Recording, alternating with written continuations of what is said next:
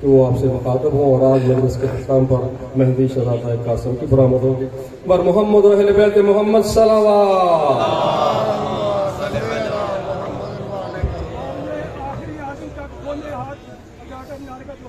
نعرہ تکبیر، نعرہ تکبیر، نعرہ رسالت، نعرہ رسالت، نعرہ حیدری، نعرہ حیدری، حسینیت، حسینیت، یزیدیت، یزیدیت، محمد آل محمد بلند صلوات۔ حیدر کی اسی لفظ سے تقدیر بنی ہے، حیدر کی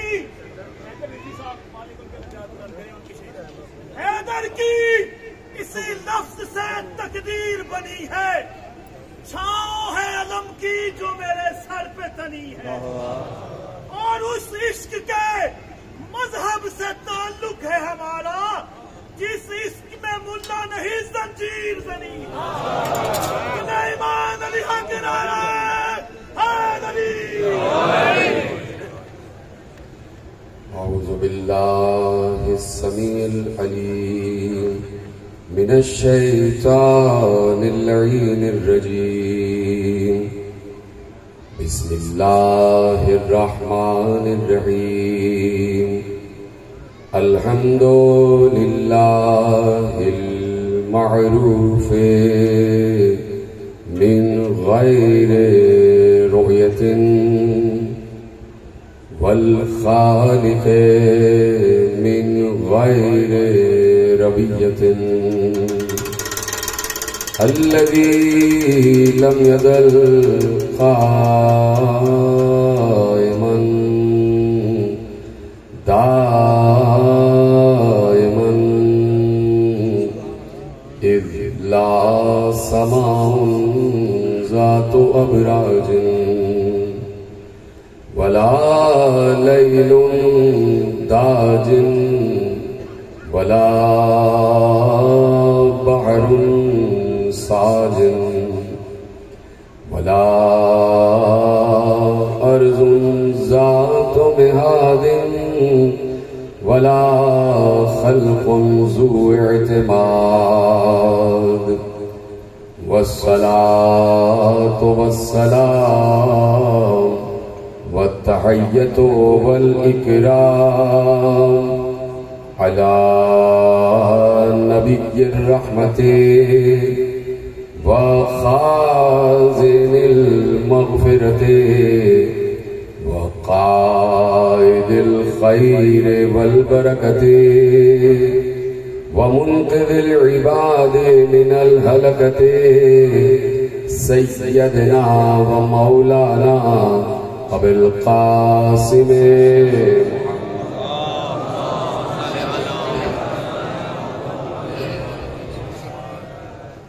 وأهل بيته الطيبين الطاهرين المعصومين المظلومين المنتخبين المنتجبين، الذين أذهب الله عنهم الرجس وطهرهم تطهيرا۔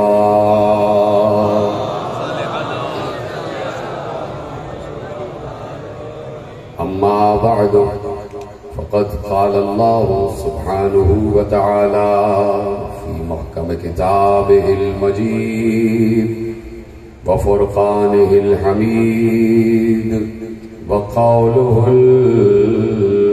الحق، بسم الله الرحمن الرحيم، يعرفون نعمة الله ثم ينكرونها وَأَكْثَرُهُمُ الْكَافِرُونَ۔ صلوات پڑھے محمد و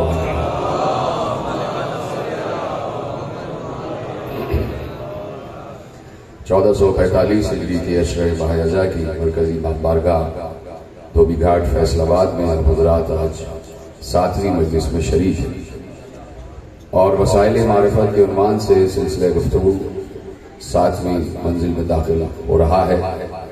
پروردگار عالم کا شکر ہے کہ اس نے ہمیں ایسی ہستیوں سے متصل فرمایا ہے، ایسے مصطفیٰ مرتضیٰ اور مجتبیٰ بندوں کی معرفت عطا کی ہوئی ہے کہ جس کے لیے یہ بات ہر کتاب نے لکھ دی کہ اگر ان کو پہچانا تو ایسا ہے جیسے خدا کو پہچانا۔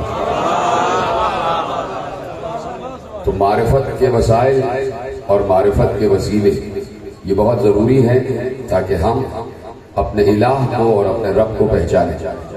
اور پھر پہچان اس لیے ضروری ہے کہ کس کا سجدہ کیا جا رہا ہے۔ مسجدوں میں جائیں تو یہ تو معلوم ہو کہ یہ مسجد کس کا گھر ہے، مسجدوں سے باہر آئیں تو کم از کم اس کیفیت میں تو ہوں کہ ہم ہر وقت نماز کی کیفیت میں ہیں۔ وجہ یہ ہے کہ قرآن کریم نے نماز کے لیے حکم دیا کہ اقیم الصلاۃ، صلاۃ قائم کرو، صلاۃ قائم کرو۔ یعنی صلاۃ کا قیام معاشرے میں بہت ضروری ہے۔ صلاۃ کا قیام صرف مسجد ہی میں نہیں ہے بلکہ گھروں میں بھی صلاۃ کا قیام ہے، بازاروں میں بھی صلاۃ کا قیام ہے، شاہراہوں پر بھی صلاۃ کا قیام ہے، آپ کے دفاتر میں بھی صلاۃ کا قیام ہے۔ یعنی اللہ یہ کہہ رہا ہے کہ قیام صلاۃ کا مطلب یہ ہے کہ ہر وقت نماز کی کیفیت میں رہو۔ توجہ فرمائیے آپ نے، ہر وقت نماز کی کیفیت میں رہو۔ اور میں پچھلے سال ایک جملہ عرض کر چکا کہ قیام صلاۃ کا مطلب یہ ہے کہ جب آپ مسجد میں نماز پڑھنے جاتے ہیں اور نماز پڑھ رہے ہوتے ہیں اور جس وقت نماز کی کیفیت میں ہوتے ہیں اس وقت سارا دھیان اللہ کی طرف ہوتا ہے۔ یعنی آپ کی قرأت بھی اللہ کے لیے ہے، آپ کی تسبیحات بھی اللہ کے لیے ہے، آپ کی تعقیبات بھی اللہ کے لیے ہیں۔ یعنی نماز پڑھتے وقت کوئی جھوٹ نہیں بول رہا ہوتا، نماز پڑھتے وقت کوئی ڈاکہ نہیں ڈال رہا ہوتا، نماز پڑھتے وقت کوئی چوری نہیں کر رہا ہوتا، نماز پڑھتے وقت کسی کو قتل نہیں کیا جا رہا ہوتا، نماز پڑھتے وقت بے ایمانی نہیں کی جا رہی ہوتی، نماز پڑھتے وقت بد دیانتی نہیں کی جا رہی ہوتی، نماز پڑھتے وقت کسی کے خلاف سازش نہیں کی جا رہی ہوتی۔ تو اللہ چاہتا ہے کہ ہر وقت اسی کیفیت میں رہو۔ ایسا نہ ہو کہ مسجد سے نماز پڑھ کے باہر نکلے اور دوسرے کو کافر کہنا شروع کر دیا، مسجد سے نماز پڑھ کے باہر نکلے جھوٹ بولنا شروع کر دیا، مسجد سے نماز پڑھ کے باہر نکلے ڈاکہ ڈالنا شروع کر دیا، مسجد سے نماز پڑھ کے باہر نکلے بددیانتی شروع کر دی، مسجد سے نماز پڑھ کے باہر نکلے قتل و غارت گری شروع کر دی۔ ایسا نہیں ہے، بلکہ ہر وقت کیفیت نماز میں رہو۔ جیسے ہر وقت کیفیت میں نماز میں رہو گے تو یقیناً نہ کبھی جھوٹ بولو گے، نہ کبھی ڈاکہ ڈالو گے، نہ کبھی قتل و غارت گری کرو گے، نہ کبھی منصوبہ سازی کرو گے، نہ کبھی ذخیرہ اندوزی کرو گے، نہ بددیانتی کرو گے۔ تو اب میرے عزیزوں یہ کیسے ممکن ہے کہ آدمی ہر وقت کیفیت نماز میں رہے؟ کس وقت ممکن ہے اور کیسے ممکن ہے کہ آدمی ہر وقت اقیم الصلاۃ یعنی قیام صلاۃ کی کیفیت میں رہے؟ چل رہا ہو تو لگے نماز میں چل رہا ہے، پھر رہا ہو تو لگے نماز میں پھر رہا ہے، کھا رہا ہو تو لگے نماز میں کھا رہا ہے، پی رہا ہو تو لگے نماز میں پی رہا ہے۔ یعنی قیام صلاۃ کا مطلب یہ ہے کہ ہر وقت کیفیت نماز میں رہو۔ تو کیسے رہے؟ کس کی نگاہ میں ہو کہ وہ ہر وقت قیام صلاۃ کی کیفیت میں رہے؟ اس مسئلے کو بھی امیر المومنین نے حل فرما دیا، اور یہ کہہ کے حل فرمایا کہ کتاب نے لکھا اور کتاب لکھنے والے راویوں نے اس جملے کو محفوظ کیا کہ علی نے منبر سلونی پر اس مسئلے کو بھی حل فرما دیا کہ اگر قیام صلاۃ میں رہنا چاہتے ہو تو طریقہ یہ ہے کہ من قام ولایتی فقط اقام الصلاۃ، جس نے میری ولایت کو قائم کیا اس نے صلاۃ کو قائم کیا۔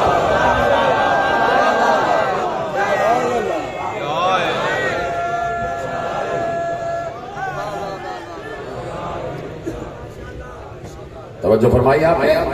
تو کوئی نہ کوئی ایک نگاہ ایسی ہونی چاہیے کہ جسے نگاہ ولی کہا جائے، اور اپنے آپ کو ہر دم نگاہ ولی میں تصور کیا جائے کہ ہم ہر دم کسی ولی کی نگاہ میں ہیں۔ سب سے بڑا ولی ہے اللہ، سب سے بڑا ولی ہے اللہ۔ اللہ پر کتنے کو یقین ہے؟ یقیناً 1.25 ارب مسلمان ہیں، سب کے سب اللہ پر یقین رکھتے ہیں، لیکن اگر اللہ کی موجودگی کا احساس ہو کہ اللہ ہمارے ساتھ ہے، اور وہ خود کہہ رہا ہے جب تم 2 ہوتے ہو تو تیسرا میں ہوتا ہوں، جب تم 3 ہوتے ہو تو چوتھا میں ہوتا ہوں، جب تم 4 ہوتے ہو تو 5واں میں ہوتا ہوں، یعنی کہیں پر بھی میں تم سے جدا نہیں ہوں۔ لیکن اب مسئلہ یہ ہے اور مجبوری یہ ہے کہ انسان اللہ کا تصور اپنے ساتھ قائم نہیں کر پاتا، لہذا کسی ایسی مادی نگاہ کا ہونا ضروری ہے کہ انسان کہے کہ ایک نگاہ ہے جو مجھے دیکھ رہی ہے، ایک نگاہ ہے جو مجھے دیکھ رہی ہے، ایک نگاہ ہے جو مجھے دیکھ رہی ہے۔ یہ ایک نگاہ نہیں ہے بلکہ 3 نگاہیں ہیں جو تمہیں دیکھ رہی ہیں، 3 نگاہیں ہیں جو تمہیں دیکھ رہی ہیں اور ہر وقت دیکھ رہی ہیں۔ ارشاد ہوا سورہ مبارکہ توبہ میں اللہ نے ارشاد فرمایا، اور آیت کا آغاز لفظ قل سے ہو رہا ہے۔ توجہ، گفتگو شروع ہو چکی ہے۔ آیت کا آغاز لفظ قل سے ہو رہا ہے، یعنی اللہ کہلوا رہا ہے اور نبی کہہ رہا ہے۔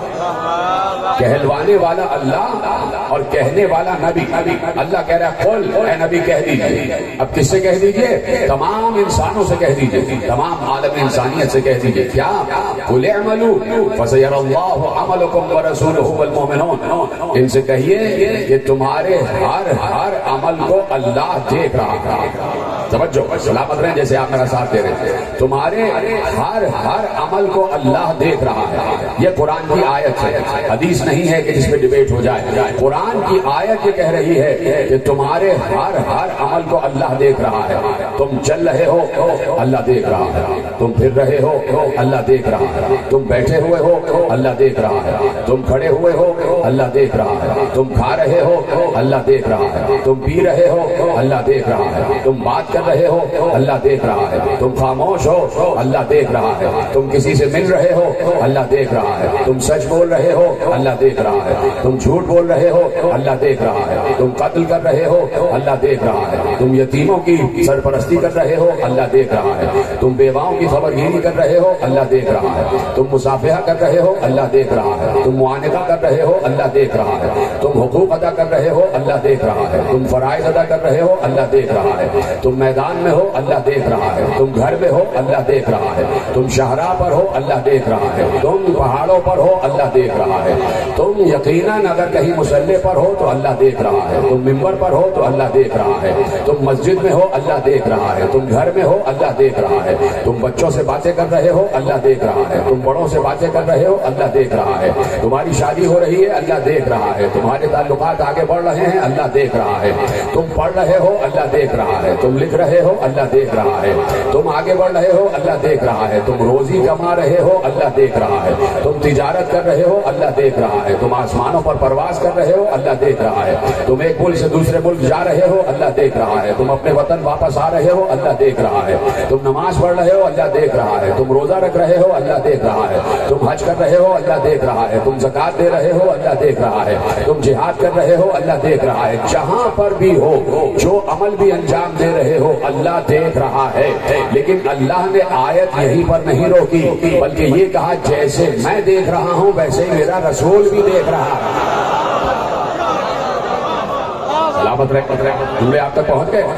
جیسے میں دیکھ رہا ہوں ویسے ہی میرا رسول دیکھ رہا ہے، یعنی جیسے اللہ دیکھ رہا ہے ویسے ہی اس کا رسول بھی دیکھ رہا ہے۔ قل اعملوا فسيرى الله عملكم ورسوله، اللہ بھی تمہارے ہر عمل دیکھ رہا ہے اور رسول بھی تمہارا ہر عمل دیکھ رہا ہے، یعنی اللہ کی جیسی نگاہ ہے ویسی ہی نگاہ رسول کی ہے۔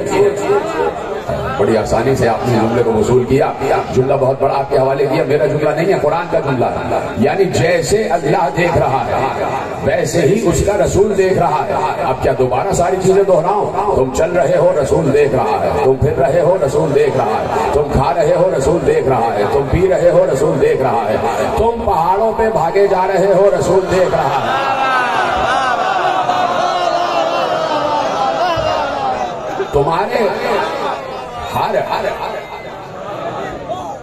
تمہارے ہر عمل کو جیسے اللہ دیکھ رہا ہے ویسے ہی رسول دیکھ رہا ہے، یعنی تمہارا کوئی عمل نگاہ رسول سے باہر نہیں ہے، یعنی ایک ولی ہے اللہ تو اس کی نگاہ کتنی وسیع ہے، اور دوسرا ولی ہے رسول تو اس کی نگاہ بھی اتنی ہی وسیع جتنی اللہ کی نگاہ۔ کیوں آپ کو اس میں شک کیوں ہو گیا؟ آپ خاموش کیوں ہو گئے؟ اس کی نگاہ کی وسعت بھی وہی ہے جو نگاہ خدا کی وسعت ہے، جو نگاہ اللہ کی وسعت ہے، جو نگاہ الہ کی وسعت ہے۔ اس لیے کہ دیکھنے کا لفظ ایک ہی مرتبہ استعمال ہوا، یہ نہیں ہے کہ جیسے میں دیکھ رہا ہوں ویسے میرا رسول دیکھ رہا ہے اور اس کے بعد ابھی آیت کامل کروں گا، ابھی آیت کامل نہیں ہوئی ہے، یعنی دیکھنے کا لفظ ایک مرتبہ ہے، یعنی جو میری نگاہ ہے وہی رسول کی نگاہ ہے، جو میری نگاہ ہے وہی مصطفیٰ کی نگاہ ہے۔ تمہارے ہر عمل کو مصطفیٰ بھی دیکھ رہا ہے، تو اس کا مطلب ہے دو نگاہیں ہو گئی جو ہر وقت انسانوں پر گڑی رہتی ہے، ایک اللہ کی نگاہ اور ایک مصطفیٰ کی نگاہ، ایک اس کے رسول کی نگاہ، ایک اس کے ولی کی نگاہ۔ دو ولی ہو گئے، ایک اللہ ولی ایک رسول ولی۔ لیکن آیت یہاں پر رکی نہیں، آیت آگے بڑھی اور آیت نے ایک تیسری نگاہ کا بھی ذکر کیا، تیسری نگاہ کا بھی ذکر کیا اور آواز دی وَسَيَرَ اللَّهُ عَمَلَكُمْ وَرَسُولُهُ وَالْمُؤْمِنُونَ، اور کچھ مومنین بھی ہیں جو تمہارے ہر عمل کو دیکھ رہے ہیں۔ سلامت رہیں، جیسے آپ نے جملہ محفوظ کیا، خدا آپ کو سلامت رکھے۔ کچھ مومنین بھی ہیں جو تمہارے ہر عمل کو دیکھ رہے ہیں، یعنی جو نگاہ خدا ہے ویسی ہی نگاہ رسول ہے اور ویسی ہی کچھ مومنین کی نگاہ ہے، ویسی ہی کچھ مومنین کی نگاہ ہے۔ اب یہ مومنین کون ہے؟ یہ مومنین کون ہے؟ ذرا یہ تو معلوم ہو کہ مومنین کون ہے۔ اگر مومنین سے مراد سارے مسلمین ہیں، اگر مومنین سے مراد سارے مسلمین ہیں تو میں مسلمانوں سے اس وقت پوچھنا چاہتا ہوں کہ بہت سے مسلمان یہاں بیٹھے ہوئے ہیں، بہت سے مسلمان شاہراہوں پر اس وقت سفر کر رہے ہیں، بہت سے مسلمان دکانیں کھولے بیٹھے ہوئے ہیں، جو دکانیں کھولے بیٹھے ہوئے ہیں یا جو اس وقت مسجد کے حجروں میں ہیں یا جو اس وقت لوگوں کو بچوں کو قرآن پڑھا رہے ہیں، ناظرہ پڑھا رہے ہیں، اس وقت وہ اپنے مدرسوں میں ہیں، تو مدرسوں والوں سے، شاہراہ پر چلنے والوں سے، مسجد میں بیٹھنے والوں سے، تجارت پر آ جانے والوں سے، دکانیں کھولنے والوں سے کہہ رہا ہوں ابھی تم گھر میں تو نہیں ہونا، اگر تمہاری نگاہ بھی ویسی ہی ہے جیسے اللہ و رسول کی نگاہ ہے تو یہ بتا دو کہ اس وقت تمہارے گھروں میں ہو کیا رہا ہے۔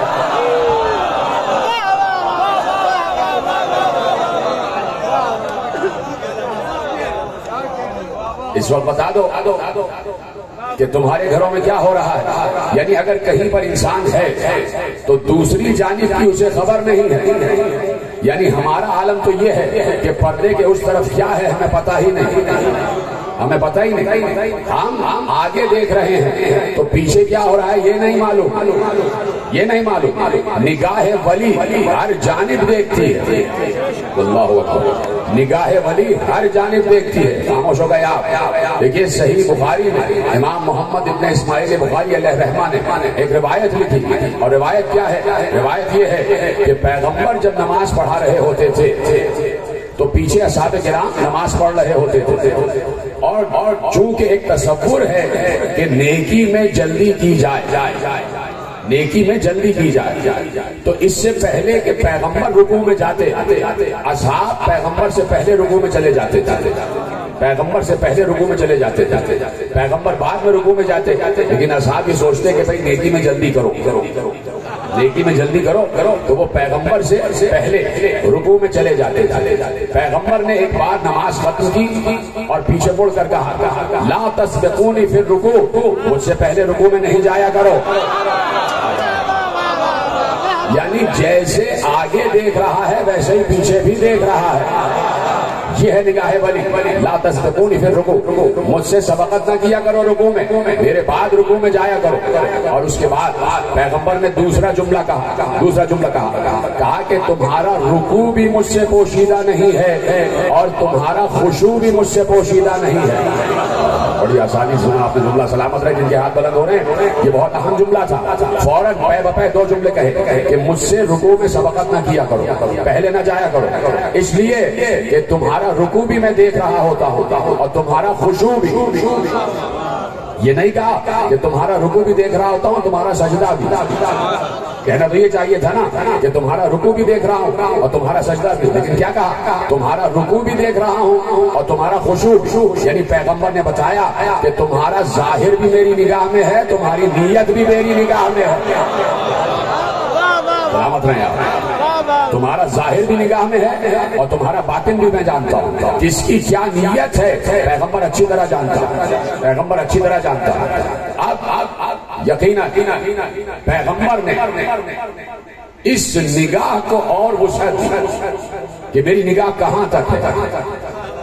صرف انسانوں تک نہیں, صرف انسانوں تک نہیں, میری نگاہ کی وسعت کہاں تک ہے. پیغمبر نے ارشاد فرمایا کہ اللہ کا ملک اور ملکوت جہاں تک ہے وہاں تک میری نگاہ ہے. ما یخفا فی عالم الملک والملکوت, مجھ سے عالم ملک اور ملکوت چھپا ہوا نہیں ہے. میں زمین اور آسمان کے درمیان بھی دیکھتا ہوں. اتنی آسانی سے سن رہے ہیں. میں زمین و آسمان کے درمیان دیکھتا ہوں. مجھ سے عالم ملک اور ملکوت چھپا ہوا نہیں ہے. یعنی اللہ کا ملک جہاں تک ہے وہاں تک میری نگاہ ہے. میں اس وقت تک یہیں پر رکا رہوں گا جب تک آپ اس جملے کی شدت کو اور اس کی فورس کو محسوس نہیں کریں گے. اللہ کا ملک جہاں تک ہے, صرف یہ نہ سمجھنا کہ اس چھوٹی سی دنیا کے انسانوں کو دیکھ رہا ہوں. جیتے رہے, سلامت رہے. آپ سمجھ رہے ہیں چھوٹا سا ملک اللہ کا ملک ہے. اللہ کا ملک اربوں کھربوں ستاروں پر مشتمل ہے. لامحدود ستارے ہیں, کلسٹرز ہیں. ایک ایک کلسٹر میں کروڑ ستارے ہیں اور کلسٹرز کی تعداد بھی کروڑوں کے قریب ہے. گچھے ہیں ستاروں کے اور ہر ستارے کا پالنے والا اللہ ہے. ان ستاروں میں مخلوق آباد ہے اور ہر مخلوق اپنے اپنے انداز سے اللہ کی تسبیح کر رہی ہے, اللہ کی تسبیح اور تقدیس کر رہی ہے. اور مسلسل عالمین بن رہے ہیں اور بگڑ رہے ہیں. مسلسل قیامتیں آ رہی ہیں. اس گزرتے ہوئے لمحے میں یہ جو اس وقت ہو رہا ہے 7:25 صبح کا وقت 7:25 نہ معلوم کتنی دنیاؤں پر قیامت اس وقت آ رہی ہوگی. اللہ کو سمجھو, اتنا معمولی نہیں ہے. اللہ کو سمجھنا, نہ معلوم اس وقت کتنی دنیاؤں پر قیامت آ رہی ہوگی اور نہ معلوم کتنی دنیایں بن رہی ہوں گی. اس لیے کہ اس کا لفظ کن رکا نہیں ہے. اللہ کو سمجھو, میں تھوڑی پڑھ رہا ہوں, میرا ساتھ دیتے جائیں. اس لیے کہ اس کا لفظ کن رکا نہیں ہے. لفظ کن ماضی کا حصہ نہیں بنے گا. اس لیے علامہ اقبال نے کہا تھا یہ کائنات ابھی ناتمام ہے شاید کہ آ رہی ہے دمادم صدائے کن فیکون. کہ مسلسل عالمین بن رہے ہیں, مسلسل عالمین آگے بڑھ رہے ہیں اور پیغمبر کہہ رہے ہیں کہ عالم ملک و ملکوت تک میری نگاہ ہے. یعنی جہاں تک وسعت ملک خدا ہے وہاں تک میں دیکھ رہا ہوں. ملک بن رہے ہیں میں دیکھ رہا ہوں. ملکوں میں, سیاروں میں, ستاروں میں, ثوابت میں مخلوقات آباد ہیں, میں ان کو دیکھ رہا ہوں. میں ملکوت تک کو دیکھتا ہوں. نہیں ایسے نہیں, ملکوت تک کو دیکھتا ہوں. یہ ملکوت کیا ہے؟ ملکوت کیا ہے؟ اللہ نے کہا کذالک نوری ابراہیم ملکوت السماوات والارض. ہم نے ایسے دکھایا ابراہیم کو آسمان و زمین کا ملکوت. یعنی ملکوت اللہ کے کمانڈ اینڈ کنٹرول سینٹر کو کہتے ہیں جہاں سے پوری کائنات کا نظام چلایا جاتا ہے. اللہ کے مقام اختیار و اقتدار کو ملکوت کہا جاتا ہے. میں پہلے یا دوسرے اشرے میں ایک بات عرض کر چکا. جب میں نے یہاں مجلس پڑھنا شروع کی تو میں نے عرض کیا تھا کہ جناب ابراہیم کو اللہ نے دکھایا اور وہ ملکوت دکھایا جو اللہ کا مقام اختیار و اقتدار ہے. یعنی جب بھی کسی نبی کو معجزہ دکھانا ہوتا ہے تو بظاہر نبی زمین پر نظر آتا ہے لیکن اسے معجزہ دکھانے کے لیے ملکوت پر بلند ہونا پڑتا ہے. وہ ملکوت تک پہنچتا ہے اس لیے کہ وہیں سے سب اختیارات کنٹرول ہو رہے ہوتے ہیں. اللہ نے حضرت ابراہیم کو ملکوت کی سیر کرائی اور ملکوت دکھایا کہ کیسے میں مردوں کو زندہ کرتا ہوں, کیسے میں مردوں کو زندہ کرتا ہوں. ملکوت چپ ہو گیا لیکن جب تک آپ بولیں گے نہیں میں اسی مقام پر رکا رہوں گا. آج میرے پاس بھی وقت ہے, جب تک آپ بولیں گے نہیں میں اسی مقام پر رکا رہوں گا. اس لیے یہ ملکوت کوئی معمولی شے نہیں ہے. ملکوت پر ابراہیم پہنچے. جب ملکوت پر مقام اختیار و اقتدار پر پہنچے تو ابراہیم سب کو دیکھ رہے تھے, پوری کائنات کا مشاہدہ کر رہے تھے. پوری کائنات, صرف انسانوں کا نہیں, پوری کائنات کا. ابراہیم کی نگاہ کائنات سے ہٹ کر جب دنیا پر پہنچی تو ابراہیم کی نگاہ وہی نگاہ ہو گئی جو اللہ کی نگاہ تھی. جیتے رہے سلامت میں. ابراہیم کی نگاہ وہی نگاہ ہو گئی جو اللہ کی نگاہ تھی. اب ابراہیم اسی طرح پوری کائنات کو ایک وقت میں دیکھ رہے تھے جیسے اللہ پوری کائنات کو ایک وقت میں دیکھ رہا ہوتا ہے. ابراہیم کی نگاہ جب زمین پر پڑی تو ابراہیم نے دیکھا فلاں انسان گناہ کر رہا ہے, اللہ کی معصیت کر رہا ہے. ابراہیم کا اب چونکہ مقام اختیار و اقتدار پر پہنچ چکے تھے تو ابراہیم کا اختیار ملائکہ پر بھی ہو گیا. جو ملکوت پر بلند ہوتا ہے اس کے تابع ہر شے ہو جاتی ہے.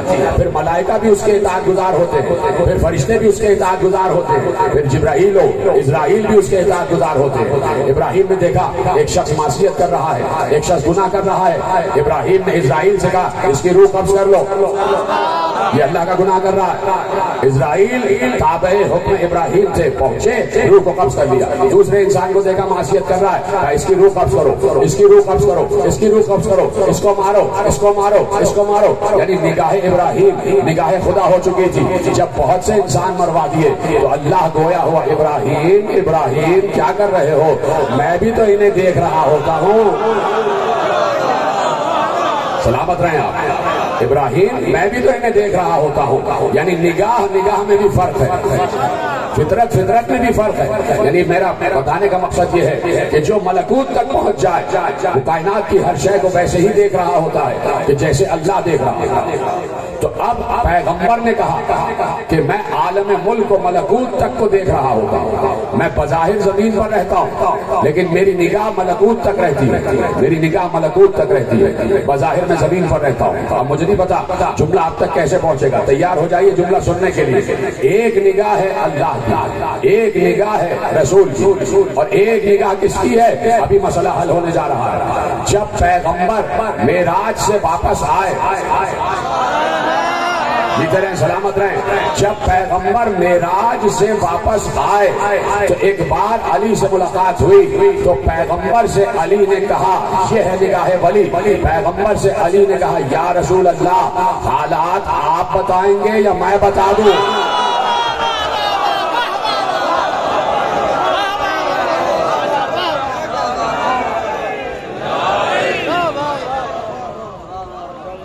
توجہ فرمائے. جو معراج کا سفر ہے آپ بتائیں گے یا میں بتا دوں. یہ ہوتی ہے نگاہ ولی کہ زمین پر ہے بظاہر لیکن نگاہ عالم ملکوت تک, نگاہ عالم ملکوت تک. تو اب یہ ہے علی کی نگاہ اور یہ ہے رسول کی نگاہ اور یہ ہے اللہ کی نگاہ. یعنی جہاں تک وسعت نگاہ الہیہ ہے وہیں تک وسعت نگاہ رسالت بھی ہے اور وہیں تک وسعت نگاہ امامت بھی. اب سمجھ میں آیا, پوچھا گیا اور بڑے حسین شہزادے سے پوچھا گیا, قاسم ابن حسن سے پوچھا گیا کہ یہ بتائیے, مسائل پر نہیں آ رہا ہوں, فضائل پڑھ رہا ہوں, یہ بتائیے فَسَيَرَ اللَّهُ عَمَلَكُمْ وَرَسُولُهُ وَالْمُؤْمِنُونَ, یہاں مومنون سے کیا مراد ہے. شہزادے سے پوچھا گیا کہ یہاں مومنون سے کیا مراد ہے. شہزادے نے پلٹ کے اس سے پوچھا تم بتاؤ مومنون سے کیا مراد ہے. یہ طریقہ ہے گفتگو کا. پہلے اس سے اگلوایا تم بتاؤ تمہاری نگاہ میں مومنون سے کیا مراد ہے. میری نگاہ میں مومنون سے مراد تمام مسلمان, سارے مسلمان. تو شہزادے نے کہا تم بھی مسلمان ہو. کہا تم بھی اس میں شامل ہو. کہا اچھا یہ بتا دو تمہاری بیوی اس وقت گھر میں کر کیا رہی ہے, تمہارے اہل و عیال اس وقت گھر میں کر کیا رہے ہیں. اب چپ ہو گئے. اب انہوں نے پلٹ کے شہزادے سے پوچھا آپ بتائیے یہاں مومنون سے کیا مراد ہے. کہا مومنون سے مراد پچھلے دور میں میرے بابا حسن اور اس دور میں میرے چچا حسین. جیتے رہے.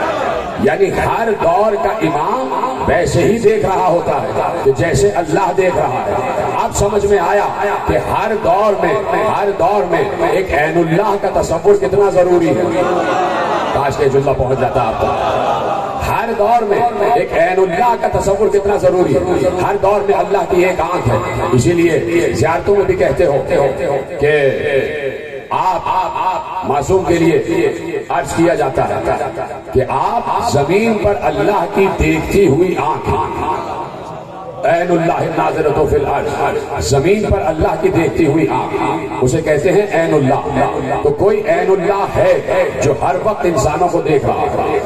وسائل معرفت میرا عنوان ہے، اور آپ جانتے ہیں کہ جہاں جہاں سے میرے پاس گوشے آ رہے ہیں میں آپ کے حوالے کر رہا ہوں، جہاں جہاں سے گوشے آ رہے ہیں میں آپ کے حوالے کر رہا ہوں۔ عین اللہ کوئی معمولی نگاہ نہیں ہوتی، عین اللہ کا مطلب یہ ہے کہ ظاہر کو بھی دیکھے اور باطن کو بھی دیکھے۔ بات پہنچ گئی؟ ظاہر کو بھی دیکھے اور باطن کو بھی دیکھے۔ اب مسئلہ یہ ہے کہ عین اللہ ید اللہ بھی ہے، جو عین اللہ ہے وہ ید اللہ بھی ہے، اللہ کا ہاتھ بھی ہے اور اللہ کی آنکھ بھی ہے۔ جس اللہ کے ولی کو اللہ خود عین اللہ کہہ رہا ہے، رسول خود عین اللہ کہہ رہا ہے، اس کی نگاہ کا تو کیا کہنا، اس کی نگاہ تک تو کوئی نہیں پہنچ سکتا۔ اس کے ہاتھ میں جو ذوالفقار آ جائے وہ بھی شجروں کو دیکھ کر چل رہی ہوتی ہے۔ ادھر سلامت رہے آپ، اس کے ہاتھ میں جو ہتھیار آ جائے وہ بھی شجروں کو دیکھ کر چل رہا ہوتا ہے، وہ بھی نسب کو دیکھ کر چل رہا ہوتا ہے۔ یعنی ہتھیار آسمان سے اترا ہے تو وہ بھی نگاہ لے کر اترا۔ بڑی آسانی سنا آپ نے بھائی، مدارج النبوہ میں شاہ عبداللہ محدث دہلوی نے لکھا کہ علی لڑ رہے تھے، جنگ احد کا میدان ہے، پیغمبر اکیلے رہ گئے، پیغمبر اکیلے رہ گئے اور علی پیغمبر کا دفاع کر رہے تھے، اور ایسے میں رسول بار بار علی سے کہہ رہے تھے یا علی ادھر سے حملہ ہو رہا ہے روکو، ادھر سے حملہ ہو رہا ہے روکو، احمل علیہم احمل علیہم، ان کو روکو ان کو روکو ان کو روکو۔ تو علی مسلسل تلوار چلا رہے تھے اور دفاع رسول کر رہے تھے۔ ایسے میں ایک صحابی کی تلوار ٹوٹی، وہ نبی کے پاس آئے اور کہا یا رسول اللہ میری تلوار ٹوٹ گئی، میں کیا کروں؟ کہا کہ لکڑی کا ٹکڑا اٹھا کے لاؤ۔ وہ لکڑی کا ٹکڑا اٹھا کے لائے اور پیغمبر کو دیا، پیغمبر نے اپنے ہاتھ میں لکڑی کا ٹکڑا لیا، پیغمبر کے ہاتھ میں لکڑی آتے ہی تازہ تلوار میں تبدیل ہو گئی، تازہ تلوار میں تبدیل ہو گئی۔ پیغمبر کے ہاتھ میں لکڑی کا ٹکڑا آیا، تازہ تلوار میں تبدیل ہو گیا، گئے اور لڑنا شروع کر دیا۔ دوسرے صحابی کی تلوار ٹوٹی، وہ بھی نبی کے پاس آئے، نبی نے ان کو بھی لکڑی کو تلوار بنا کے دیا، وہ بھی لڑنے لگے۔ تیسرے صحابی کی تلوار ٹوٹی، وہ بھی صحابی کی سنت پر عمل کرتے ہوئے نبی کے پاس آئے اور کہا یا رسول اللہ میری تلوار ٹوٹ گئی۔ پیغمبر نے لکڑی کو ہاتھ میں لیا، لکڑی تلوار میں تبدیل ہو گئی۔ ایسے میں لکھنے والے نے لکھا کہ علی کی تلوار بھی ٹوٹ گئی، علی کی تلوار ٹوٹی۔ علی نبی کے پاس آئے اور نبی کے پاس آ کر کہا یا رسول اللہ میری تلوار ٹوٹ گئی۔ تو اب تک لکڑی کو تلوار بنا کے دینے والا رسول، جب علی نے کہا تو رسول نے آسمان کی طرف دیکھا، رسول نے آسمان کی طرف دیکھا اور دیکھنے کے بعد کچھ کہا ہوگا، ہمیں نہیں پتا کیا کہا ہوگا، آسمان کی طرف دیکھا۔ یعنی اب تک سب کو لکڑی کی تلوار بنا کر دینے والا رسول علی کی باری میں آسمان کی طرف دیکھ رہا ہے۔ جب رسول آسمان کی طرف دیکھے تو ایک ہی وجہ ہوتی ہے کہ وحی کا انتظار کر رہا ہوتا ہے، وحی کا انتظار کر رہا ہوتا ہے۔ نبی وحی کا انتظار کر رہے تھے کہ اب کیا کرو، اس لیے کہ تیرے ہاتھ کی تلوار ٹوٹی ہے۔ اللہ اکبر اللہ اکبر، بہت سلو آ رہے ہیں یہاں پر، بہت آہستہ آہستہ میرے ساتھ آ رہے ہیں۔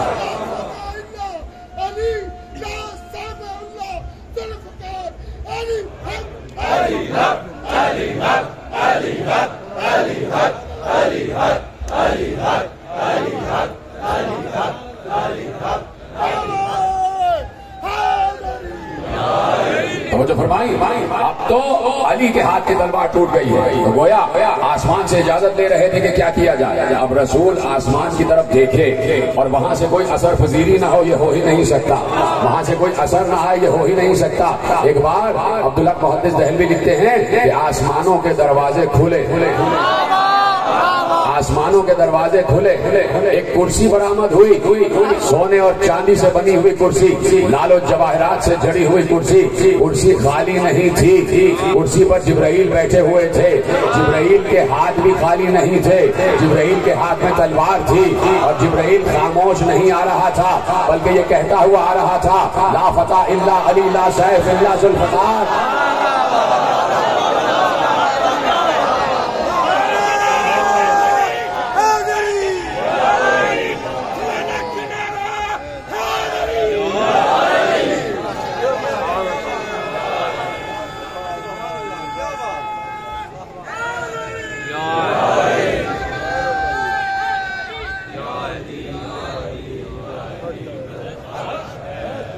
توجہ فرمائیے آپ نے، جبرائیل خاموش نہیں آ رہے تھے، پڑھتے ہوئے آ رہے تھے لا سیف الا ذوالفقار ولا فتح الا علی، کوئی تلوار نہیں ہے مگر یہ کہ ذوالفقار، اور دوسرا ٹکڑا کیا ہے، کوئی مرد نہیں ہے سوا علی کے۔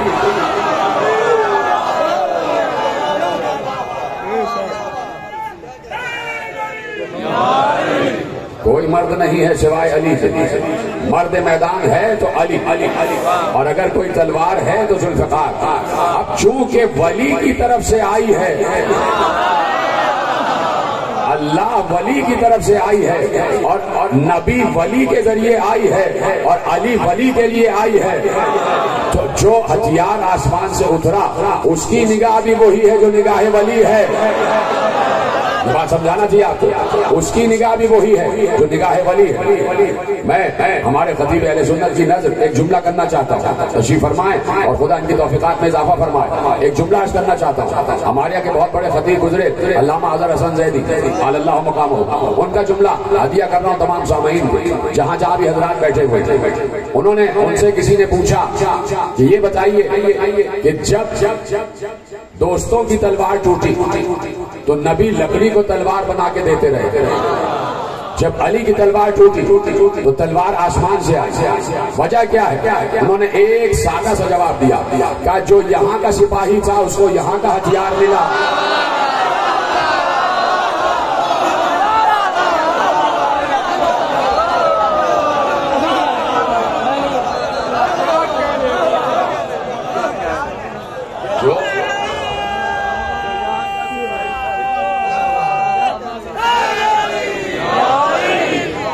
جو یہاں کا سپاہی تھا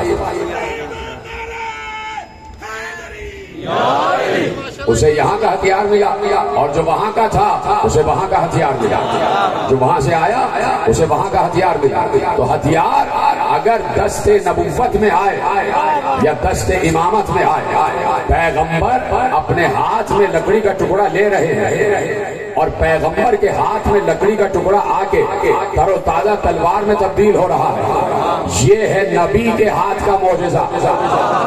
جملہ دینے جا رہا ہوں، یہ ہے نبی کے ہاتھ کا معجزہ۔ ابھی دنیا نبی کے ہاتھ کا معجزہ نہ سمجھ پائی تو اللہ کے ہاتھ کا معجزہ کیا سمجھ میں آئے گا؟ دست خدا کا معجزہ کیا سمجھ میں آئے گا؟ ابھی نبی کی ذات سمجھ میں نہیں آئی تو اللہ کی ذات کیا سمجھ میں آئی؟ تو اب یہ جتنے معرفت کے مسائل ہیں صرف اس لیے ہیں کہ اللہ کو سمجھا جائے، اللہ کو سمجھا جائے۔ پیغمبر نے 23 برس جب قرآن کی آیتیں اتری ہیں تو پیغمبر نے ہر آیت کی تفسیر بیان فرمائی، ہر آیت کی تفسیر بیان فرمائی۔ آیت اتری من جاء بالحسنہ فلہ عشر امثالھا، اب تفسیر کا انداز دیکھیے اور وسائل معرفت میرا عنوان دیکھیے، من جاء بالحسنہ فلہ عشر امثالھا، جس نے ایک نیکی کی اس کو ہم 10 گنا اجر دیں گے، نیکی ایک ہوگی ثواب 10 ہوں گے۔ یہ ہے کون سی نیکی؟ ایک نیکی وہ ہے کہ لن تنالوا البر حتی تنفقوا مما تحبون، تم اس وقت تک بر کو نہیں پا سکتے، نیکی کو نہیں پا سکتے جب تک اپنی پسندیدہ ترین شے اللہ کو ہدیہ نہ کرو، یعنی جو شے تمہیں پسند ہے وہ شے اللہ کو پیش کر دو، جو تمہیں پسند۔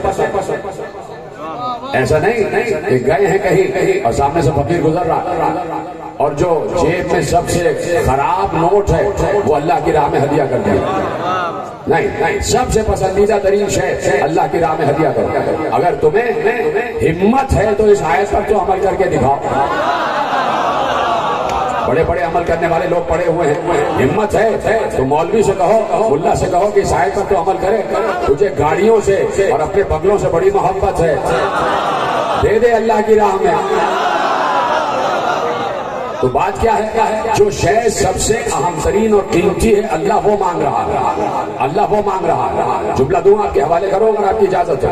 مجھے اندازہ ہے کہ آج بھی بہت گرمی ہو رہی ہے اور آپ پنکھے چل رہے ہیں، لیکن میں آپ کا شکر گزار ہوں اور میں آپ کو صرف دعا دے سکتا ہوں، باقی شکریہ وارث فرش ادا ادا کرتا ہے، اور آپ کو کوئی غم نہیں ہوگا سوا غم حسین، اور مسلسل آپ کے لیے دعا گو ہوں کہ جس کی اولاد نہیں ہے پروردگار اسے اولاد عطا فرمائے، جس کے رزق میں کمی ہے پروردگار اس کے رزق میں برکت عطا فرمائے، جو تجارت تجارت کر رہے ہیں ان کی تجارات پہ پروردگار روز افزو ترقی عطا فرمائے. جن کے پاس گھر نہیں ہے انہیں اہل بیت کے گھروں کے صدقے سے گھر عطا فرمائے.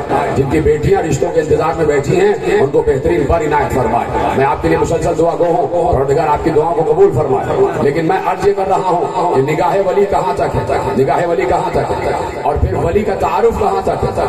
ولی کا تعارف ایک نیکی یہ ہے کہ جو تمہیں سب سے زیادہ پسند ہے وہ اللہ کی راہ میں ہدیہ کر دیا, جو سب سے زیادہ پسند ہے. اب آپ درجہ بدرجہ دیکھیے کہ انسان کو کون کون سی چیزیں پسند ہیں. اگر آپ کے پاس بنگلہ ہے, گاڑی ہے, جائیداد ہے, تو یہ سب چیزیں آپ کو پسند ہے تو اللہ کہہ رہے دے دو. لیکن اگر خدا نہ خواستہ کسی کی اولاد پر بات آ جائے تو انسان اولاد پر اپنے بنگلے اور گاڑی کو قربان کر دیتا ہے. اس کا مطلب ہے کہ اولاد سب سے زیادہ پسند ہے. بھائی فضائل پڑھ رہا ہوں, مصائب نہیں پڑھ رہا. اس کا مطلب ہے اولاد سب سے زیادہ پسند ہے. اولاد کا مطلب ہوتا ہے خون. جیتے رہے سلامت رہے. اولاد کا مطلب ہوتا ہے اپنا خون, یعنی اپنا خون سب سے زیادہ عزیز ہوتا ہے انسان کو. مجھے نہیں پتا کہ بات پہنچی ہے کہ نہیں پہنچی. اپنا خون سب سے زیادہ عزیز ہوتا ہے انسان کو, اور اللہ کہہ رہا ہے جو چیز تمہیں سب سے زیادہ عزیز ہے وہ ہماری راہ میں ہدیہ کرو.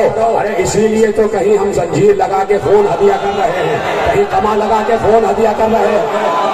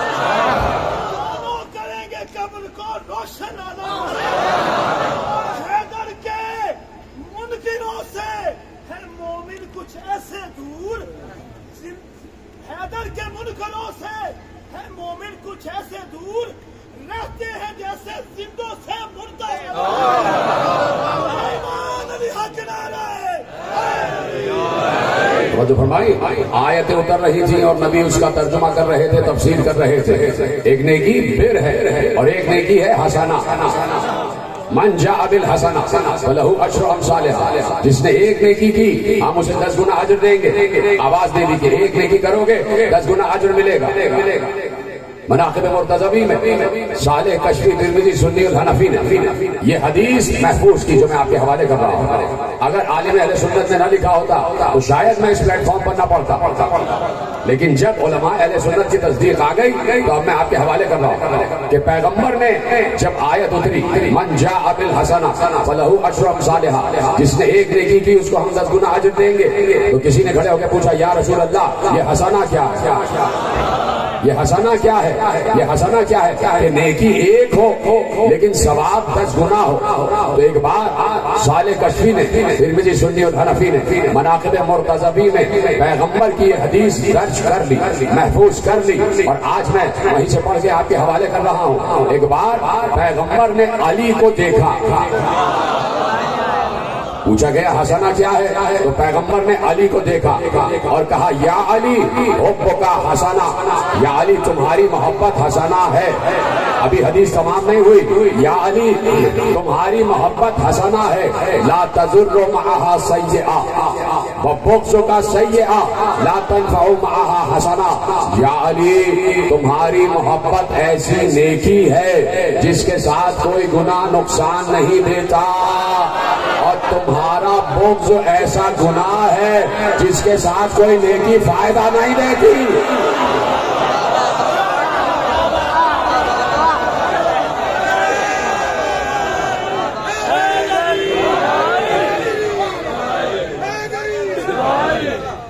جس کے ساتھ کوئی نیکی فائدہ نہیں دیتی.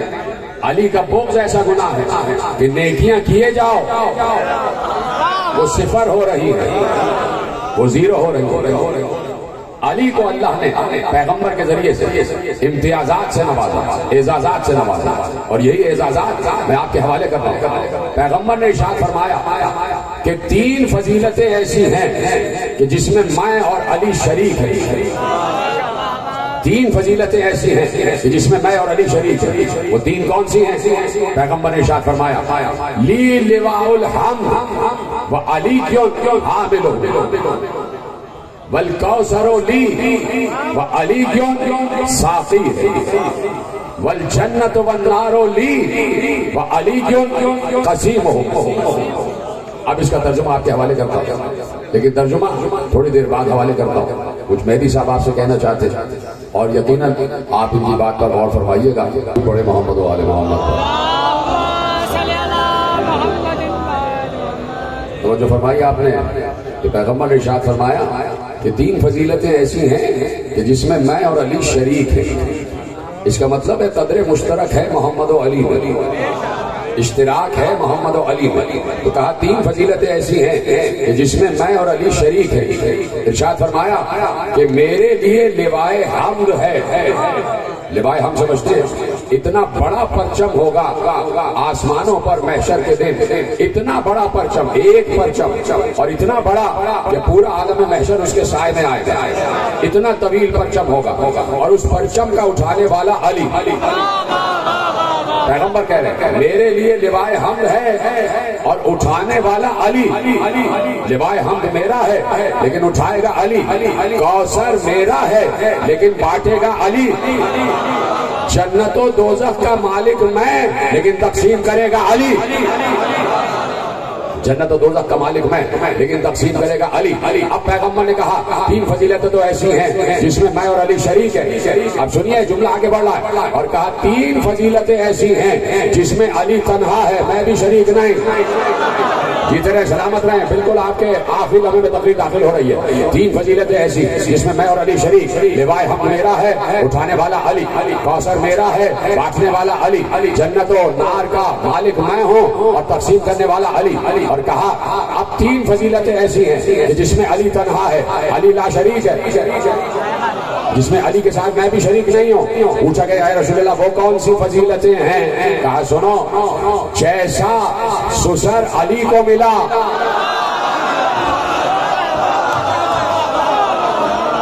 سلامت رہے آپ، جیسا سسر علی کو ملا ویسا مجھے نہ ملا۔ اللہ اکبر، جیسا سسر علی کو ملا ویسا مجھے نہ ملا، جیسی زوجہ علی کو ملی، جیسی زوجہ علی کو ملی ویسی میری کوئی زوجہ نہیں، اور جیسے بیٹے حسن و حسین علی کے ویسے میرے بیٹے نہیں۔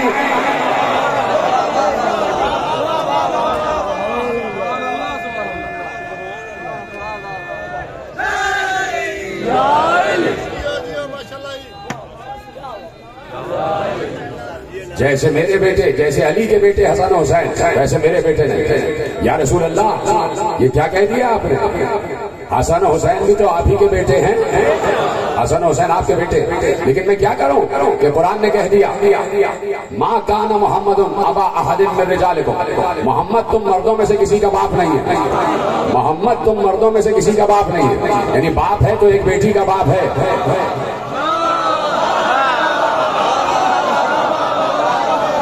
تو مردوں میں سے کسی کا باپ نہیں ہے، تو مردوں میں سے کسی کا باپ نہیں ہے، تو یہ جملہ فیصلہ کن جملہ قرآن نے محفوظ کیا، تم مردوں میں سے کسی کا باپ نہیں ہے، تو حسن و حسین بھی تو مرد ہیں۔ لیکن آیت کا مزاج دیکھیے اور فطرت کا اور قدرت کا مزاج دیکھیے، آیت کا مزاج اور پھر مزاج الہی دیکھیے کہ میں اکثر ایک جملہ عرض کرتا ہوں کہ اللہ نے کچھ ایسی ہستیاں تخلیق کی ہیں کہ جو اس کی فطرت کو بدلنے کی صلاحیت رکھتے ہیں، جو اس کی تقدیر لکھی ہوئی تقدیر کو بدلنے کی صلاحیت رکھتے ہیں۔ مثلا اللہ نے کہا، بہت مشہور جملہ ہے، وَالشَّمْسُ تَجْرِي لِمُسْتَقَرٍّ لَهَا ذَلِكَ تَقْدِيرُ الْعَزِيزِ الْحَكِيمِ، ہم نے سورج کا ایک راستہ بنایا ہے کہ وہ مشرق سے طلوع کرے گا اور مغرب میں ڈوبے گا، اور یہ راستہ اللہ نے اس کی تقدیر میں لکھا ہے۔ یعنی سورج کی تقدیر اللہ نے لکھ دی، سورج کی تقدیر اللہ نے لکھی، سورج کی تقدیر اللہ نے لکھی. سمجھے اس کو؟ شاید میں جملہ دہراتا جاؤں گا جب تک سب نہیں سمجھیں گے. سورج کی تقدیر اللہ نے لکھی. کیا تقدیر لکھی؟ کہ تو مشرق سے طلوع کرے گا اور مغرب میں ڈوب جائے گا. یہ اللہ کی لکھی ہوئی تقدیر ہے. کون ہے وہ بندہ جو اس تقدیر میں تبدیلی کر کے ڈوبے ہوئے سورج کو واپس پلٹا رہا ہے؟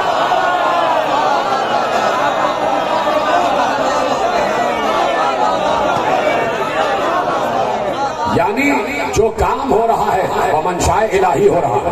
یہاں ٹکراؤ نہیں ہے. یہ مت سمجھنا کہ یہاں الہ میں اور بندے میں کوئی ٹکراؤ ہے، یہاں اللہ میں اور اس کے بندے میں کوئی ٹکراؤ ہے. نہیں، اللہ کے اذن سے سب کام ہو رہا ہے. اللہ بتانا چاہتا ہے کہ کچھ ہیں جو ہمارے ملکوت پر اختیار رکھتے ہیں، جو ہمارے مقام اقتدار و اختیار پر فائز ہیں. ہم نے انہیں یہ اجازت دی ہے کہ جو تقدیر ہم لکھیں تم اسے بدل سکتے ہو، تم فطرت بدل سکتے ہو. تو اب وہ فطرت جو سورج کی تھی وہ بدلی. کسی نے تقدیر بدلی، سورج کی تقدیر بدلی کہ سورج کو مغرب سے واپس بلایا، سورج کی تقدیر بدل گئی. تو سورج جو ایک ٹکا ہوا ہے اس کی تقدیر بدلے. کون؟ اللہ کا مزاج دان، مشیت خدا کا پروردہ، ارادہ الہی کا جاننے والا، مزاج دان الہیت، مرضی الہ کا مالک. وہ چاہے تو تقدیر کو بدل دے. سورج کی تقدیر بدلی علی نے اور راہب کی تقدیر بدلی حسین نے.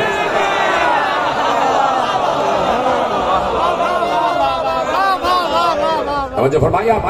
تو اب کہیں نہ کہیں مزاج بدل جاتا ہے اور کہیں نہ کہیں ان ہستیوں کو اختصاص حاصل ہوتا ہے.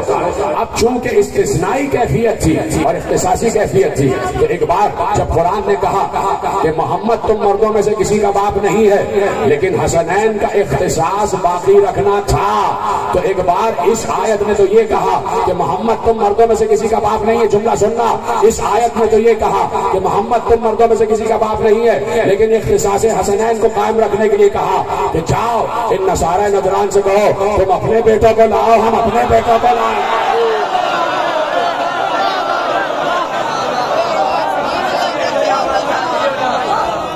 تم اپنے بیٹوں کو لاؤ، ہم اپنے بیٹوں کو لاؤ. یعنی ایک طرف کہا کہ محمد کسی مرد کا باپ نہیں اور دوسری طرف کہا محمد اپنے بیٹے لے کے جاؤ، محمد اپنے بیٹے لے کے جاؤ. یعنی اختصاصی کیفیت حسن و حسین کی برقرار رکھنی ہے کہ اس آیت میں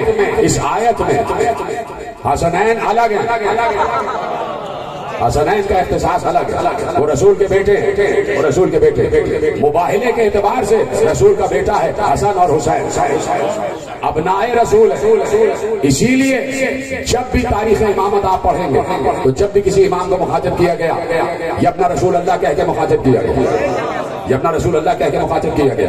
میں کیا کروں، میرے ذہن میں باتیں آ رہی ہیں، میں آپ کے حوالے کر رہا ہوں، مجھے معاف کیجیے گا تھوڑا سا وقت اگر زیادہ لے رہا ہوں. روضہ رسول ہے، روضہ رسول ہے. اور ایسے میں امام علی بن موسیٰ رضی المرتضیٰ علیہ الصلوۃ والسلام بھی تشریف رکھتے اور خلیفہ وقت بھی آ گیا، خلیفہ وقت بھی آ گیا، عباسی خلیفہ. ادھر سے رسول کے روضے کو سلام کیا، رسول کے روضے کو سلام کیا. کیا سلام کیا؟ اس نے عجیب انداز میں عباسی نے سلام کیا، اے میرے چچا کے بیٹے آپ پر سلام. رسول اللہ سے کہا یا ابن عمی السلام علیکم یا ابن عمی، اے میرے چچا کے بیٹے آپ پر سلام. ادھر فرزند رسول بھی موجود تھے، اس نے کہا چچا کے بیٹے آپ پر سلام. ادھر سے فرزند رسول نے سلام کیا، اے میرے بابا آپ پر سلام.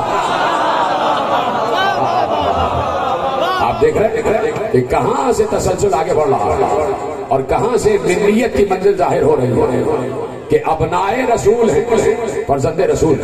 جو بھی امام ہے وہ رسول کا بیٹا، اور ہر انسان نے یہ اپنا رسول اللہ کہہ کر مخاطب کیا، یہ اپنا رسول اللہ. تو اس گھر کا ہر فرد محمد ہے. کیا کہا؟ ہمارا چھوٹا بھی محمد، ہمارا پہلا بھی محمد، ہمارا اوسط بھی محمد، ہمارا آخر بھی محمد. اور پھر کیا جملہ کہا؟ ہم کل کے کل محمد. یعنی یہاں پر کل کے کل میں چھوٹا بھی آ گیا اور بڑا بھی آ گیا. تو حسین کربلا میں محمدوں کو لے کر آئے، خود سب سے بڑے اپنے دور کے محمد حسین، خود حسین آ گئے، ساتھ میں علی اکبر بھی آئے ہیں، شبیہ رسول ہے علی اکبر، اور ساتھ میں ایک جوان خوبصورت بھی ہے جو حسن مصطفیٰ کی نشانی ہے، جو ام فروہ کا ارمان کہ ماں نے بڑی ریاضتوں سے پالا، بڑی ریاضتوں سے پالا۔ باپ کا جنازہ 2 مرتبہ قاسم نے اٹھتے ہوئے دیکھا، بابا کا جنازہ 2 مرتبہ قاسم نے اٹھتے ہوئے دیکھا۔ قاسم نے 2 کفن دیکھے اپنے بابا کے، ایک سفید کفن دیکھا اور ایک سرخ کفن دیکھا۔ بچپن سے قاسم نے یہ مصائب دیکھے، 4 برس کے قاسم ہیں کہ جب باپ کا جنازہ پلٹ کے گھر میں واپس آیا۔ کون باپ ہے؟ رسول کا از روئے مباہلہ بیٹا، مباہلے میں جو رسول کا بیٹا ہے حسن مصطفیٰ، اس کے جنازے پر تیر مارے گئے اور تیر لگا ہوا جنازہ گھر میں آیا۔ جس وقت تیروں سے چھلنی جنازہ گھر میں آیا ہے تو بہنوں نے جنازے کو گھیرا ہے، حسین بھی ہیں، عباس بھی ہیں، دونوں بہنیں بھی ہیں۔ تو اب میں نے تو یہی سنا کہ ایک ایک تیر نکال رہے تھے، حسین بھی نکال رہے تھے، عباس بھی تیر نکال رہے تھے، زینب بھی تیر نکال رہی تھی، لیکن پڑھنے والے نے پڑھا اور میں دہرا رہا ہوں کہ 4 برس کا قاسم بھی آگے بڑھا اور اس نے چاہا کہ بابا کے جنازے سے تیر نکالے تو حسین نے قاسم کو سینے سے لگا لیا، قاسم قاسم ہاں تم یتیم ہو گئے لیکن میں ابھی تمہارے باپ کی جگہ سر پر ہوں، ابھی میں باقی ہوں۔ میں جملہ یہی کہنا چاہوں گا، اے جناب قاسم، آپ 4 برس کے یتیم ہوئے تھے تو آپ کے رخسار پر تماچے تو نہیں لگے؟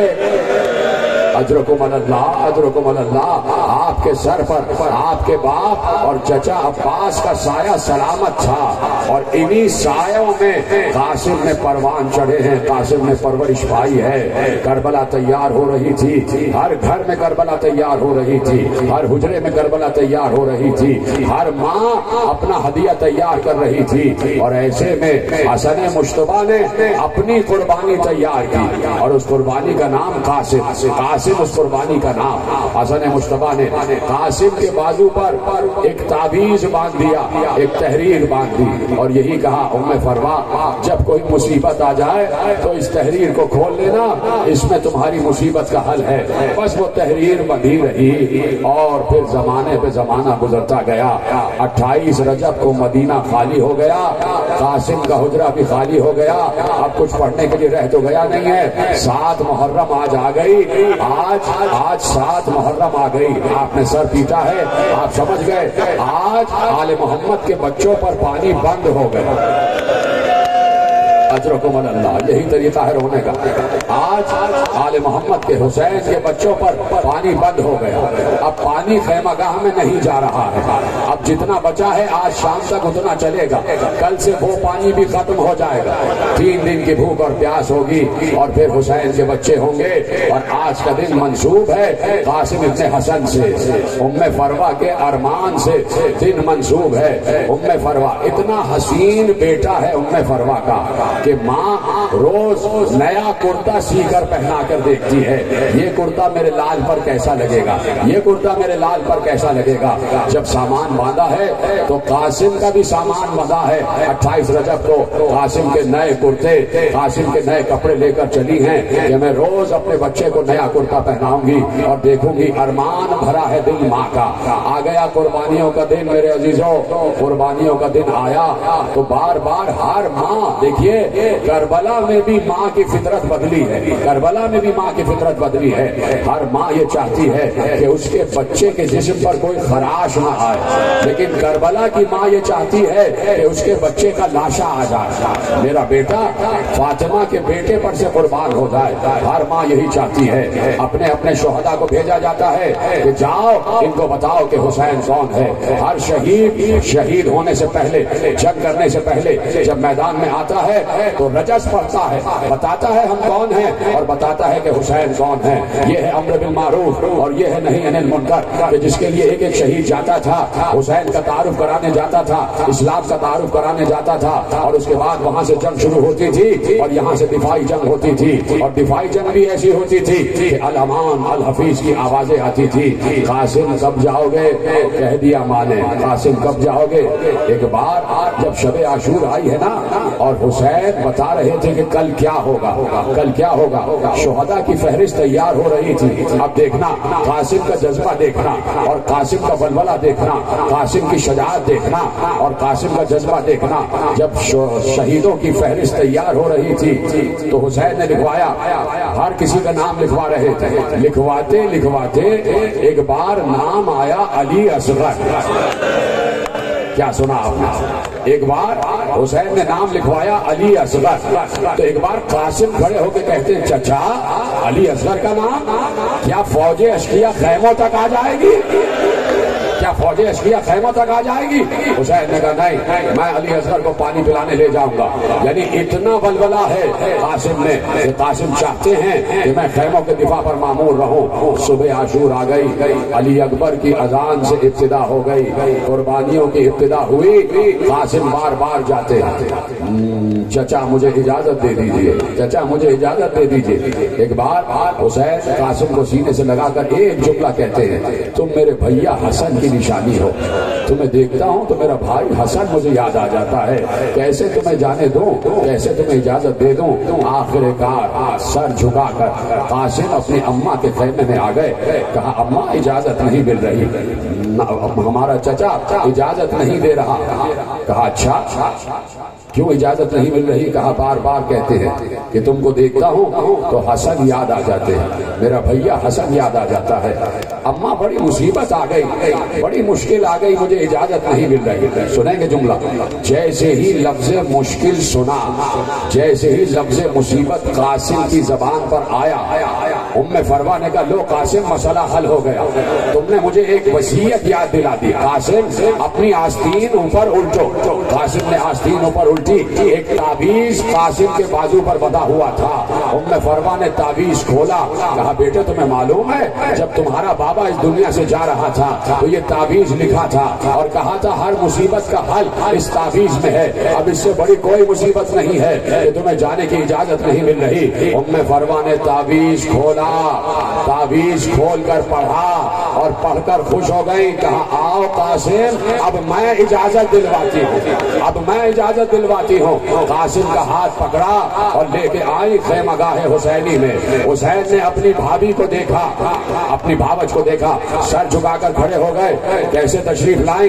کہا کہ اے میرے وقت کے امام, اے میرے آقا, اس تحریر کو پہچانتے ہیں؟ ذرا یہ تحریر پڑھیے. حسین نے اب جو تحریر کو دیکھا حسین رونے لگے. حسین نے آنکھوں سے تحریر کو لگایا, سر پر رکھا, ایک بار تحریر پڑھی, لکھا ہوا تھا یہ تحریر ہے اپنے وقت کے امام حسن مجتبیٰ کی, حسین ابن علی کے نام. اے حسین جب قربانیوں کا وقت آ جائے تو قاسم کو میری طرف سے قربان کر دینا, قاسم کو میری طرف سے قربان کر دینا. حسین نے کہا قاسم بڑی سفارش لے آئے, اجرکم اللہ, قاسم بڑی سفارش لے آئے. اب میں نہیں روک سکتا, اب میں نہیں روک سکتا, میرے امام کا حکم آ گیا. آؤ قاسم میں تمہیں تیار کروں, اب تیار ہو جاؤ. سینے پہ ہاتھ مارنے کے لیے قاسم کو حسین نے تیار کرانا شروع کیا. کہا بھابھی ام فروا قاسم کا کوئی نیا لباس ہے؟ ایک سبز رنگ کا کرتا لا کے قاسم کو پہنا دیا. قاسم کے سر پر امامہ باندھا, قاسم کی کمر میں پٹکا باندھا, اور ایک بار حسین نے ہاتھ اٹھائے, قاسم کے گریبان پر ہاتھ ڈالے, گریبان کو چاک کر دیا, قاسم کے گریبان کو چاک کر دیا. بیویوں نے پوچھا, زینب نے پوچھا بھیا ایسا تو کسی کو تیار نہیں کیا, یہ قاسم کا گریبان کیوں چاک کیا؟ کہا زینب چاک گریبانی یتیمی کی نشانی ہے. ماتم کرو ماتم, چاک گریبانی یتیمی کی نشانی ہے. میں نے اس لیے چاک گریبان کیا ہے تاکہ فوج اشقیہ سمجھ جائے اب جو آیا ہے وہ یتیم ہے, شاید کسی کو رحم آ جائے, شاید کسی کو رحم آ جائے۔ خیمے میں کوہرام برپا ہو گیا، قاسم کے جانے سے کوہرام برپا ہوا۔ قاسم نے جھک کر آداب کیا، چچا کو آداب کیا، حسین کو آداب کیا، عباس کو سلام کیا، جھک کر ایک ایک بیوی نے الوداع کہا، ایک ایک بیوی نے الفراق کہا۔ قاسم 14 برس کا قاسم گھوڑے پر سوار کروایا، چلے قاسم۔ شان حسن مصطفیٰ سے قاسم ابن حسن نے لڑائی کی ہے۔ یہ خوبصورت جوان کس نے کہا؟ فوج اشقیہ کا ایک سپاہی کہتا ہے اب جو خیمے سے شہزادہ برآمد ہوا، اتنا حسین شہزادہ ہم نے دیکھا نہیں تھا کہ اس کے گلے کی رگیں نظر آ رہی تھی۔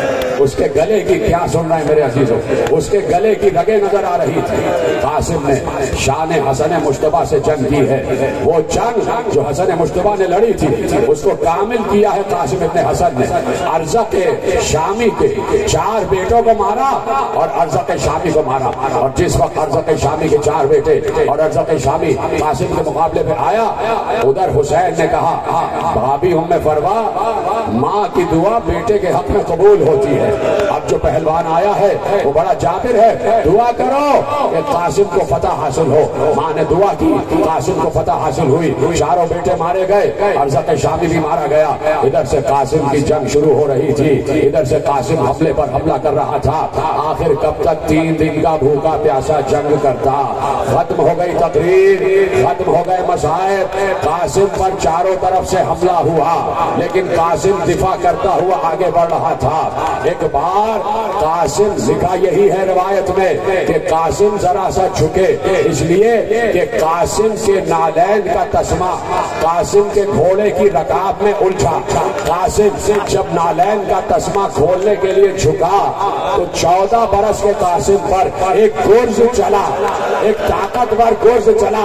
قاسم کا سر دوپارا ہوا، قاسم زمین پر آیا، ایک نیزہ چلا، قاسم کے پہلو سے پار ہوا، قاسم زمین پر آ کر گر گئے۔